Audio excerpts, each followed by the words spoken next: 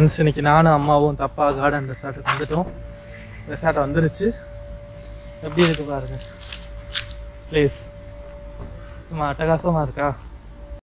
காரைக்குடியில் இது மாதிரி நிறைய ரெசார்ட்ஸ் இருக்குது. நம்ம சேனலை மறக்காமல் சப்ஸ்கிரைப் பண்ணிக்கோங்க. அப்போ தான் ஃப்யூச்சரில் உங்களுக்கு மற்ற வீடியோஸ்லாம் வரும். நீங்கள் நிறைய அதை பார்த்து என்ஜாய் பண்ணலாம். இந்த ரெசார்ட்டுக்கு வெளியே பாருங்கள் ஃப்ரெண்ட்ஸ், எவ்வளோ கார் இருக்குன்னு. அநேகமாக இன்றைக்கி ரிபப்ளிக் டேனால் நிறைய பேர் ஹாலிடேஸை செலிப்ரேட் பண்ண வந்திருப்பாங்கன்னு நினைக்கிறேன். வாங்க நம்மளும் எக்ஸ்ப்ளோர் பண்ணுவோம், எப்படி இருக்குன்னு பார்க்கலாம். என்ட்ரன்ஸ் டோரில் பெபிள்ஸ் அண்ட் பிளான்ஸ் வச்சு ஒரு ஆர்டிஃபிஷியலான ஃபாரஸ்ட் லைக் ஸ்ட்ரக்சர் உருவாக்கியிருக்காங்க. ஆன்டிக்காவும் இருக்குது, பார்க்குறதுக்கு கொஞ்சம் யூனிக்காகவும் இருக்குது. இந்த டோருக்கு வெளியே பாருங்களேன் ஃப்ரெண்ட்ஸ், கோவிலில் இருக்கிற மாதிரி 2 தூண் இருக்குது. உள்ளுக்குள்ளே நிறைய சின்ன சின்ன தூண்கள் மாதிரியான ஒரு ஸ்ட்ரக்சர் இருக்குது. இந்த கதவே காரைக்குடியோட பாரம்பரியத்தை எக்ஸ்பிளைன் பண்ணுது. ஃப்ரெண்ட்ஸ், இப்போ நம்ம ரெசார்ட்டுக்குள்ளே என்டர் ஆகி ரிசப்ஷன் செக்ஷனில் தான் இருக்கும். பாருங்கள் ரிசப்ஷன் செக்ஷன் எவ்வளோ பெருசாக இருக்குன்னு. இந்த ரிசப்ஷனை பார்த்தவனையுமே எனக்கு காரைக்குடியில் இருக்க செட்டிநாடு மேன்ஷன்ஸ் தான் ஞாபகம் வருது. இந்த ரிசப்ஷன் செக்ஷன் எப்படி காரைக்குடியில் இருக்க பாரம்பரிய ஆர்கிடெக்சரை போர்ட்ரே பண்ணுதுன்றதை பார்க்கலாம் வாங்க. நான் ஒவ்வொன்றா காட்டுறேன் இந்த ரிசப்ஷனில் என்னென்னலாம் இருக்குது, அது எப்படி காரைக்குடியை போர்ட்ரே பண்ணுதுன்னு. காரைக்குடியில் செட்டிநாடு மேன்ஷனுக்கு அப்புறம் ஃபேமஸ் ஆனது அதோட உடன் ஆர்கிடெக்சர்ஸ் தான். இங்கே இருக்க சோஃபாஸ்லாம் பாருங்கள் எவ்வளோ வேலைப்பாடு இருக்குன்னு. அந்த உடன் சேருக்கு மேலே ஒரு பீகாக் எவ்வளோ அழகாக செஞ்சுருக்காங்கன்னு பாருங்கள். ஸோ ரொம்பவே நல்லா இருக்குது. அப்படியே ரிசப்ஷனுக்கு இந்த சைடு பார்த்தீங்கன்னா மகாவிஷ்ணுவோட அவதாரமான ராமர் அண்ட் கிருஷ்ணர் இருக்காங்க. அது பக்கத்துலேயே பார்த்தீங்கன்னா வுட்லேயே செஞ்ச சில பொம்மைகள் இருக்குது. இவங்கெல்லாம் அந்த மியூசிக் இன்ஸ்ட்ருமெண்ட்ஸ் வாசிக்கிறவங்க. இந்த சைடு பார்த்தீங்கன்னா ஒருத்தவங்க நாதஸ்வரம் வாசிக்கிறாங்க. பக்கத்துலேயே வுட்டன் ஃபர்னிச்சருக்கு மேலேயே மாடர்னான ஒரு ஃபிஷ் டேங்க் இருக்குது. அதுக்கு மேலே கூரை மாதிரி செஞ்சு வுட்டில் பண்ணியிருக்காங்க. பார்க்குறதுக்கு ரோஸ் வுட்டில் செஞ்ச மாதிரி இருக்குது. ரொம்ப பிரமிக்க வைக்கிது இந்த சிலைகள்லாம் வுட்டில் செஞ்சுருக்குது.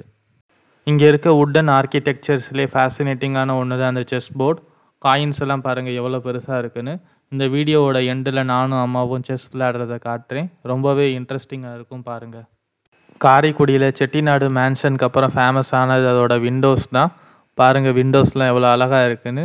நான் கிட்டக்க போய் காட்டுறேன். ஈச் விண்டோலேயும் மல்டிபிள் கிளாஸஸ் டிஃப்ரெண்ட் கலர்ஸில் இருக்குது. லேம்பெல்லாம் பாருங்களேன் ரொம்பவே ஆன்டிக்காக இருக்குது. பட் இந்த விண்டோஸில் ஒரு ஸ்பெஷாலிட்டி என்னென்னா, சன் ரைட் பத்து இந்த விண்டோஸ் மேலே பட்டு ரிஃப்ளெக்ட் ஆகும்போது அப்படியே டிஸ்கோ லேம்பு மாதிரி கீழே தெரியுது பாருங்கள். ஒரு டிஸ்கோ லைட் வச்ச மாதிரி சன் வேறு வேறு ஆங்கிளில் இருக்கும்போது இந்த இது நகரும். நல்லாவே இருக்குது பார்க்குறதுக்கு. காரைக்குடியில் வீட்டுக்கு மேலே போடுற ஓடு, அப்புறமா தரையில் இருக்க டைல்ஸு, அப்புறமா மார்பிள்லே செஞ்ச இந்த தூண், இதெல்லாம் ரொம்பவே ஃபேமஸ்ன்னு நான் கேள்விப்பட்டிருக்கேன். இப்போ நம்ம ரிசப்ஷனை விட்டு வெளியே வந்துட்டோம். நம்ம ரெஸ்டாரண்ட்டுக்குள்ளே தான் போயிட்டுருக்கோம். இதுதான் ரெஸ்டாரண்ட்டு. பாருங்கள் எவ்வளோ அழகாக இருக்குதுன்னு. ஆன்டிக்காக செட்டிநாடு மேன்ஷன் மாதிரியே இருக்குது. டைல்ஸ் எல்லாம் ரொம்பவே பிரமாதமாக இருக்குது. தூண்கள்லாம் இருக்குது பாருங்கள். அப்படியே இந்த சைடு பார்த்தோம்னா அது ரெஸ்டாரண்ட்டுக்கு ஆப்போசிட்டாக இருக்க வியூ பார்த்தீங்கன்னா ரொம்பவே நல்லா இருக்குது. சில்ட்ரன்ஸுக்கு ப்ளே கிரவுண்ட்லாம் இருக்குது. அம்மா நடந்து வந்துட்டுருக்காங்க பாருங்கள் மெதுவாக. இன்றைக்கி நம்ம சாப்பிட போகிறோம் வாங்க. இப்போது நம்ம ரெஸ்டாரண்ட்டுக்குள்ளே இருக்கோம். நான் முன்னாடி சொன்ன மாதிரி காரைக்குடியில் ஃபேமஸான விண்டோஸ், டைல்ஸ், அது போக வுட்டன் ஆர்கிடெக்சரில் எதுவும் டிஃப்ரென்ஸ் ஃபீல் பண்ணிங்கன்னா கமெண்ட்டில் மென்ஷன் பண்ணுங்கள். இந்த ரெஸ்டாரண்ட்டில் நம்ம டேபிளுக்கு மேலே இருக்க பிளேஸ் மேட்ஸ்லாம் பாருங்களேன் ஃப்ரெண்ட்ஸ். சுடோக்கோ, வேர்ட் கேம்ஸ் இதெல்லாம் வச்சுருக்காங்க. நம்ம சாப்பாடு ரெடி ஆகிட்டு இருக்க வரைக்கும் நம்ம ப்ளே பண்ணலாம். ரொம்பவே இன்ட்ரெஸ்டிங்காக இருக்குது. நம்ம ஆர்டர் பண்ண ஃபுட்டு வந்துருச்சு. பக்கத்துலேயே ஸ்விம்மிங் பூல் இருக்குதுன்னு சொல்கிறாங்க. அதை பார்க்க போகலாம் வாங்க. ரெஸ்டாரண்ட்டில் லஞ்சு சாப்பிட்டு முடிச்சு வர்றதுக்கே ஆல்மோஸ்ட் ஒரு 4 o'clock கிட்ட ஆயிடுச்சு ஃப்ரெண்ட்ஸ். நம்ம இப்போது ஸ்விம்மிங் பூலை தான் பார்க்க போயிட்டுருக்கோம். நம்ம நடந்து போகிற பாதி பாருங்கள். ஒரு அழகான சிமெண்ட்லேயே செஞ்சுருக்காங்களா என்னன்னு தெரில. ஒரு பாத்வே க்ரியேட் பண்ணியிருக்காங்க. சைடில் பூரா கிராஸஸாக இருக்குது. நல்லா இருக்குது. நான் இதுக்கு முன்னாடி விசிட் பண்ண ரெசார்ட்ஸ்லாம் ஒவ்வொரு ரெசார்ட்லேயுமே ஸ்விம்மிங் பூல் ஒவ்வொரு டிஃப்ரெண்ட் டைப்பாக பண்ணியிருப்பாங்க. அந்த ஸ்விம்மிங் பூல் தான் அந்த ரெசார்ட்டுக்கே அழகு சேர்க்குற மாதிரியான ஒரு விஷயமா இருக்கும். இங்கேயும் அது மாதிரி ஒரு இன்ட்ரெஸ்டிங்கான ஒரு ஆஸ்பெக்டில் ஸ்விம்மிங் பூலை பில்டு பண்ணியிருக்காங்க. எப்படி பில்டு பண்ணியிருக்காங்கன்றதை காட்டுறேன். இதெல்லாம் நம்ம ஸ்டே பண்ணுறதுக்கான பிளேசஸ். நம்ம இப்போ ஸ்விம்மிங் பூல் லெஃப்ட் சைடு இருக்குன்னு ஒரு போர்டு போட்டிருந்தாங்க. நம்ம இதுக்கு அடுத்து பாத்வே கிடையாது. நம்ம இந்த கிராஸ் மேலே தான் நடந்து போகிற மாதிரியான ஒரு சுச்சுவேஷன் இருக்குது. இங்கே ஸ்விம்மிங் பூலோட காம்பவுண்ட் சுவரை பாருங்களேன். ஒரு ஃப்ளவர் பாட்ஸை வச்சே அடுக்கி ஒரு காம்பவுண்ட் பில்டு பண்ணியிருக்காங்க. இதுதான் இந்த ரெசார்ட்டோட ஒரு யூனிக்கான ஒரு way to represent their swimming பூல்னு நான் ஃபீல் பண்ணுறேன். வாங்க உள்ளே எப்படி இருக்குன்னு பார்க்கலாம். நம்ம இப்போ இந்த ரெசார்ட்டோட ஸ்விம்மிங் பூலை திறந்து பார்த்த உடனேயுமே நான் அமேசிங்காக ஃபீல் பண்ண ஆரம்பிச்சிட்டேன். அப்படி இருந்தது ஸ்விம்மிங் பூல். தலைக்கு மேலே சூரியன், ஸ்விம்மிங் பூலை சுற்றி அழகான மரங்கள். இந்த நேரத்தில் நம்ம ஸ்விம்மிங் பூலில் குளித்தோம்னா ரொம்பவே இனிமையாக இருக்கும். அடுத்ததாக இந்த ரெசார்ட்டில் நம்ம ஸ்டே பண்ணுறதுக்கு ஒரு அழகான சின்ன சின்ன செட்டிநாடு வீடுகள் நமக்காக தராங்க. இந்த ப்ரைஸ் அநேகமாக அஃபோர்டபுளாக தான் இருக்கும்னு நான் நினைக்கிறேன். பட் நான் ப்ரைஸிங்கை செக் பண்ணல. ஒவ்வொன்றுமே பாருங்களேன், அந்த செட்டிநாடுக்கு ஃபேமஸான டைல்ஸ், விண்டோஸ், தூணு, வுட்டன் ஆர்கிடெக்சரோடு வருது. நல்லா இருக்குல்ல பார்க்குறதுக்கு. மேன்ஷனுக்கு வெளியில் இருக்க சேரில் உட்காந்து பார்த்தா வியூ இப்படி தான் தெரியும் ஃப்ரெண்ட்ஸ். இது இந்த ரூமோட டூரு எப்படி இருக்குன்னு பாருங்கள். ஒரு கிங் சைஸ் பெட்டெல்லாம் இருக்குது, டிவி இருக்குது, ஏர் கண்டிஷனருக்கு கீழே வியூ தெரிகிறதுக்காக கர்டைன்ஸ் போட்டு மறைச்சிருக்காங்க. பாத்ரூம் எப்படி இருக்குன்னு பாருங்கள் ஃப்ரெண்ட்ஸ். கிளாஸ்லேயே செஞ்ச ஒரு வாஷ் மிஷின் இருக்குது. அப்புறமா அந்த ஷாலை திறந்து பார்த்தோம்னா ஒரு ப்ரைவேட் பிளேஸ் குளிக்கிறதுக்கு இருக்குது. அப்புறமா அந்த லெஃப்ட் சைடில் நம்ம வந்து டாய்லெட் இருக்குது, வெஸ்டர்ன் டாய்லெட். ரெசார்ட்டில் கோகோனட் ட்ரீஸ் இருக்குதுன்னு சொல்கிறத விட கோகோனட் ட்ரீஸ் நடுவில் தான் ரெசார்ட் இருக்குதுன்னு சொல்லலாம். அவ்வளோ கோகோனட் ட்ரீஸ் இருக்குது பாருங்கள் ஃப்ரெண்ட்ஸ். இந்த ரெசார்ட்டுக்கு கீழே இருந்து நம்ம மேலே வானத்தை பார்த்தோம்னா அவ்வளோ கோகோனட் ட்ரீஸ் இருக்குது பாருங்கள். நமக்கு வானமே தெரியல, ட்ரீஸ் மறைச்சிக்கிட்டு இருக்குது. பார்க்குறதுக்கே ஒரு அருமையான சைட்டாக இருக்குது. வந்தீங்கன்னா நீங்கள் இதை கண்டிப்பாக ட்ரை பண்ணி பாருங்கள். அவ்வளோ மரங்கள் அழகாக இருக்குது. நெக்ஸ்ட் இந்த கார்டனுக்கு நடுவில் ஒரு அழகான பனைமரம் இருக்குது. அதுக்கு கீழே எவ்வளோ அழகாக பிளான்ட் பண்ணியிருக்காங்கன்னு பாருங்கள். அந்த பனைமரத்தை சுற்றி இருக்க மாதிரி இது ஃப்ளவர்ஸ் பூக்காது போல் நல்லா இருக்கானா. நம்ம இன்னும் கொஞ்சம் நேரத்தில் கிளம்ப போகிறனால நான் கடைசியாக ஒரு டைம் எல்லாத்தையும் சுற்றி ஒரு வீடியோ எடுத்து வச்சுக்கிட்டேன் என்னோடய மெமரிஸ்க்காக. ஸோ நீங்களும் பாருங்கள். இந்த கிராஸ் லேண்டில் பார்க்கில் இருக்கிற எக்ஸ்பீரியன்ஸ் மாதிரியே கிடைக்கணும்னு அங்கே அழகான பெஞ்சஸ்லாம் போட்டிருக்காங்க பாருங்கள். நம்ம பார்க்கும்போது இந்த சைடு 2 பெஞ்ச் இருந்தது. அப்புறமா அந்த சைடு போய் பார்த்தோம்னா ஸ்டோன் பெஞ்செலாம் போட்டிருக்காங்க பாருங்கள். இந்த ஸ்டோன் பெஞ்செலாம் உட்காந்து நீங்கள் பேசுனீங்கன்னா ரொம்ப இன்ட்ரெஸ்டிங்காக இருக்கும்.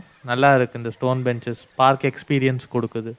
அம்மாவோட நடந்த செஸ் மேட்ச்சு தான் இப்போ லைவாக நீங்கள் ஸ்க்ரீனில் அந்த இதில் விண்டோவில் பார்த்துட்டு இருக்கீங்க. ஸோ ஒயிட்டு தான் எப்போயுமே செஸ் போர்டில் ஃபஸ்ட்டு மூவ் பண்ணணும்.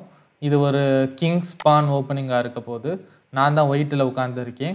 ஸோ நான் என்னோடய கிங்குக்கு முன்னாடி இருக்க பானை வந்து 2 ஸ்டெப்ஸ் நகட்டுறேன். ஸோ இது ஒரு புக் மூவ்னு சொல்லுவாங்க. ஸோ இதுக்கு பேர் தான் கிங்ஸ் பான் ஓப்பனிங். கிங்குக்கு முன்னாடி இருக்க பானை வந்து ஓப்பன் பண்ணி விடுறது. ஸோ தட் நமக்கு வந்து சென்டரில் இருக்க ஸ்கொயர்ஸில் வந்து நமக்கு கொஞ்சம் கண்ட்ரோல் கிடைக்கும். ஸோ நான் வந்து எங்கள் அம்மாவுக்கு ஒரு அக்ரெசிவான ஒரு ஓப்பனிங் ட்ரை பண்ணி பார்க்கலாம், வித்தின் அ ஃபியூ மூவ்ஸில் வந்து செக்மேட் வைக்கிறதுக்கு ட்ரை பண்ணலான்னு நான் பிளான் பண்ணிகிட்டு இருக்கேன். ஸோ இதுக்கு பேர் வந்து ஸ்காலர்ஸ் மீட்டுன்னு சொல்லுவாங்க. ஸோ அவங்க வந்து எங்கள் அம்மா வந்து நெக்ஸ்ட்டு வந்து நைட்டுக்கு முன்னாடி இருக்க பானை வந்து ஓப்பன் பண்ணாங்க. ஸோ அடுத்து வந்து நான் வந்து என்னோடய குவீனை வந்து H5 ஸ்கொயருக்கு வந்து நான் மூவ் பண்ணுறேன். ஸோ இப்போ பார்த்தீங்கன்னா கிங்குக்கு முன்னாடி இருக்க இந்த பானை வந்து இந்த குவீன் வந்து டார்கெட் பண்ணுது. ஸோ இதுக்கு டிஃபென்ஸாக வந்து கிங்கு தான் இருக்கார். இந்த சைடு எதுவுமே டிஃபென்ஸுக்கு இல்லை. ஸோ அந்த கிங்குக்கு முன்னாடி இருக்க பானை வந்து நம்ம சம்ஹவ் கேப்சர் பண்ணிவிட்டு குவீனை வந்து அட்டாக் ஆகாமல் ப்ரிவென்ட் பண்ணிட்டோம்னா it is a decent checkmate. So இதுக்கு பேர் தான் ஸ்காலர்ஸ் மேட்டுன்னு சொல்லுவாங்க. ஸோ என்னோடய குவீனை வந்து நான் வந்து நகட்டிட்டேன். பட் எங்கள் அம்மா வந்து ரொம்ப நாளாக செஸ் விளையாடலை அப்படின்னு சொல்கிறாங்க. பட் அவங்ககிட்ட இருந்து இதை நான் எக்ஸ்பெக்ட் பண்ணவே இல்லை.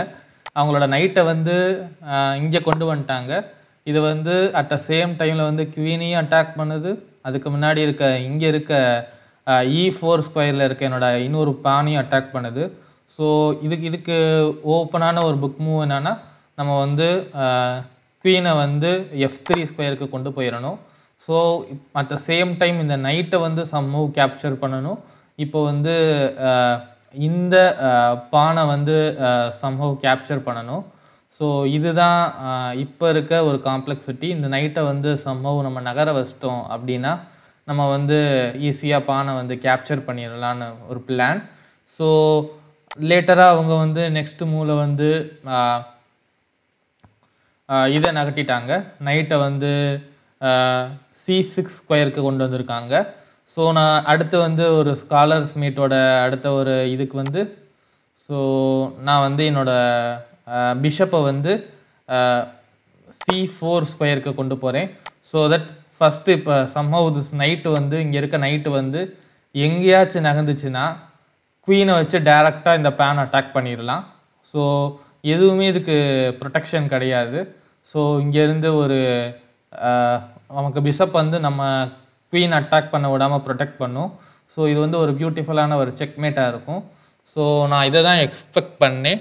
பட்டு இவங்க வந்து என்ன நடந்ததுன்னா, ஸோ இதுக்கு இந்த நைட்டு தான் எனக்கு இடைஞ்சலாக இருக்குது. சம்மோ இதை நான் வந்து கேப்சர் பண்ணணும். ஸோ இப்போது அம்மாவோட டர்ன். அவங்க என்ன பண்ணாங்கன்னா, அவங்க சிம்பிளாக வந்து இந்த பிஷப்பை வந்து இங்கே கொண்டு வந்துட்டாங்க. அதாவது B7 ஸ்கொயருக்கு கொண்டு வந்துட்டாங்க. ஸோ நான் வந்து என்னோட இதை வந்து இங்கே கொண்டு வந்துட்டேன். என்னோட பானை வந்து இங்கே கொண்டு வந்துட்டேன். ஸோ அவங்க என்ன பண்ணாங்கன்னா, இதை அப்படியே விட்டுட்டாங்க. இதை அப்படியே விட்டுட்டு இந்த இதை வந்து இங்கே கொண்டு வந்துட்டாங்க. ஹார்ஸை இங்கே கொண்டு வந்துட்டாங்க. ஐ மீன் இந்த நைட்டை இங்கே கொண்டு வந்துட்டாங்க. ஸோ நான் எனக்கு வந்து ஈஸியாக என்னோடய வேலை முடிஞ்சிருமே. நான் வந்து குவீனை கவனிக்காமல் நைட்டை கேப்சர் பண்ணிட்டேன்.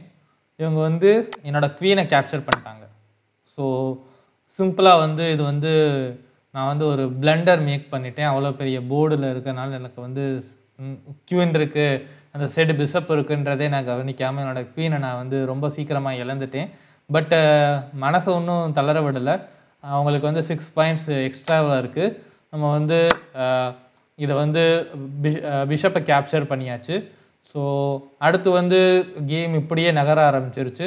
ஸோ நமக்கு வந்து ஸ்காலர்ஸ் மீட்டுக்கு தேவையான குவீன் ஆல்ரெடி போயிருச்சுனால பிஷப்பும் நமக்கு இதுக்கு போயிருச்சு. அது போக கிங்குக்கும் கொஞ்சம் அடுத்தடுத்த மூவ்ஸில் வந்து பான்ஸில் முன்னாடி நகர ஆரம்பிச்சு மோர் ஸ்கொயர்ஸ் வந்து ஃப்ரீயாக ஆரம்பிச்சிருச்சு. ஸோ இது வந்து ஒரு ஸ்காலர்ஸ் மீட்லேருந்து எஸ்கேப் ஆயிருச்சு.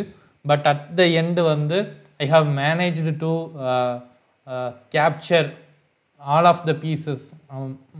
அம்மாவோட எல்லா பீஸையும் நான் ஆல்மோஸ்ட் கேப்சர் பண்ணிட்டேன். ஒரே ஒரு பானும் கிங்கும் மட்டும்தான் ரிமைனிங் இருந்தது. கிங்கை நம்ம ஆப்வியஸ்லி நம்மளால் எடுக்க முடியாது. கிங்கை வந்து நம்ம அட்டாக் பண்ணி செஸ் போர்டில் இருந்தும் எனக்கு தெரிஞ்சு ரிமூவ் பண்ண முடியாது. ஸோ அட் த எண்டில் ஒரே ஒரு பானும் ஒரே ஒரு கிங் மட்டும்தான் இருந்தது. நான் பானியும் ஃபைனலாக கேப்சர் பண்ணிட்டேன். எண்டு கேமில் எனக்கு இம்பார்ட்டண்ட்டாக உதவி செஞ்சது என்னென்னா இந்த 2 ரூக்ஸ் தான். இது வந்து பிக்ஸ் ஆன் 7 அப்படின்னு சொல்லுவாங்க. இந்த 2 ரூக்கையும் வந்து அடுத்த ஆப்போனண்ட்டோட 7th இதில் வந்து ரோலை எப்படியாச்சும் கொண்டு வந்துட்டோம்னா ஈஸியாக நமக்கு வந்து இங்கே நகட்டியே முக்கால்வாசியான இதை எடுத்துடலாம். ஸோ இது வந்து எனக்கு ரொம்பவே யூஸ்ஃபுல்லாக இருந்தது. நிறைய பீசஸை கேப்சர் பண்ண. அடுத்த நைட்டு வந்து எனக்கு ரொம்ப இம்பார்ட்டண்ட்டான ஒரு கேம் பிளே ஆச்சு. நான் எண்டு கேமில் வின் பண்ணிடுவேன்னு நினச்சேன். பட் அன்ஃபார்ச்சுனேட்லி ஸ்டேல் மேட் ஆயிடுச்சு. அம்மாவால் கிங்கை வந்து எந்த இடத்துலையும் நகட்ட முடியல. அது போக எந்த காயின்ஸும் இல்லை. அம்மா மூவ் பண்ணணும். அது அட் த சேம் டைம் அது ட்ராவும் கிடையாது. அந்த டைமில் வந்து ஒரு காயின் நகட்ட வேண்டிய ஒரு சுச்சுவேஷன் இருந்தது. ஸோ பட் எனிவேஸ் ஒரு ரொம்ப வருஷம் செஸ் விளையாடாதவங்ககிட்ட இருந்து இதை நான் வந்து எதிர்பார்க்கவே இல்லை. She played really well.